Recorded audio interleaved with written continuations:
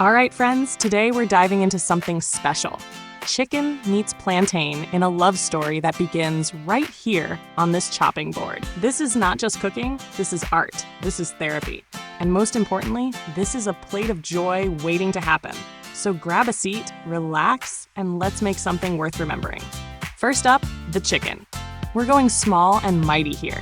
Bite-sized pieces that cook faster, taste better, and soak up every drop of flavor like a sponge on a sunny day.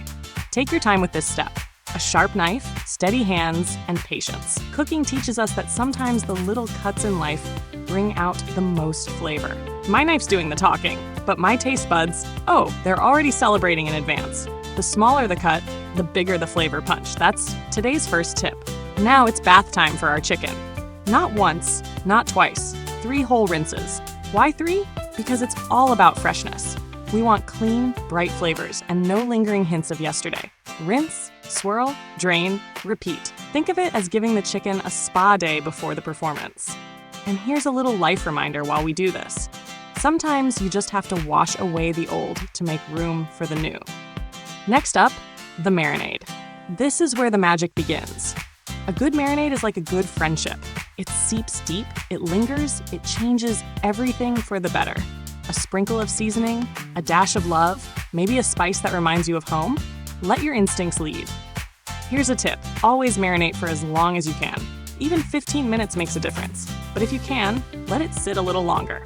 And while we wait, remember, some things in life, just like this chicken, become better when given time. Now let's meet our sweet partner in crime, the plantain. I'm cutting these into little golden cubes, each one a tiny pillow of happiness. You want them even in size so they cook evenly.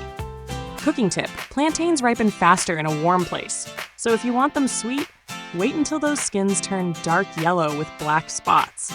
They may not look perfect on the outside, but inside they're full of sweetness. Kind of like people. Onions and tomatoes join the prep line next.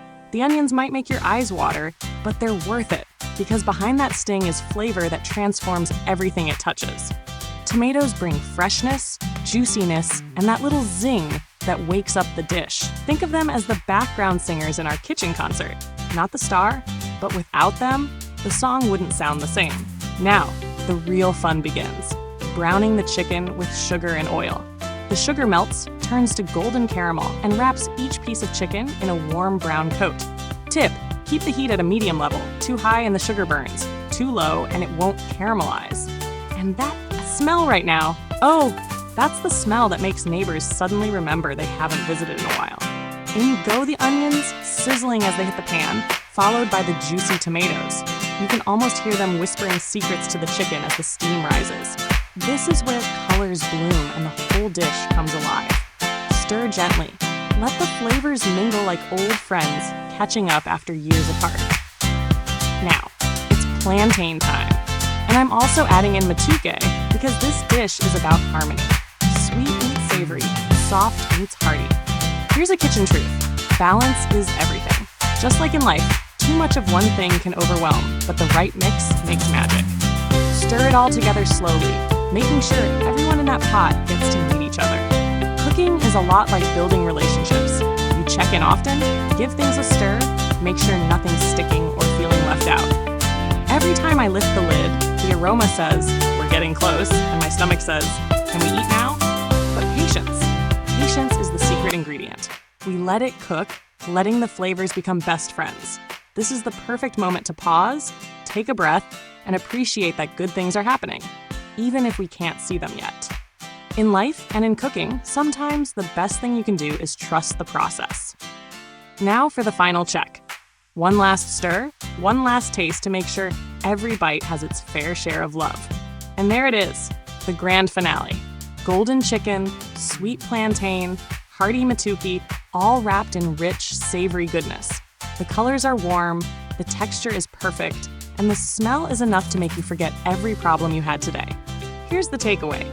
Food has this incredible power to bring people together, to remind us that life is better shared. So when you make this, don't just think about eating. Think about who you'll invite to enjoy it with you. And if you decide to keep it all to yourself, well, I won't judge. Until next time, happy cooking, and remember, The kitchen is more than a place to make food. It's a place to create joy, one bite at a time. This should clock in very close to 650 to 655 when read aloud at a warm, steady pace.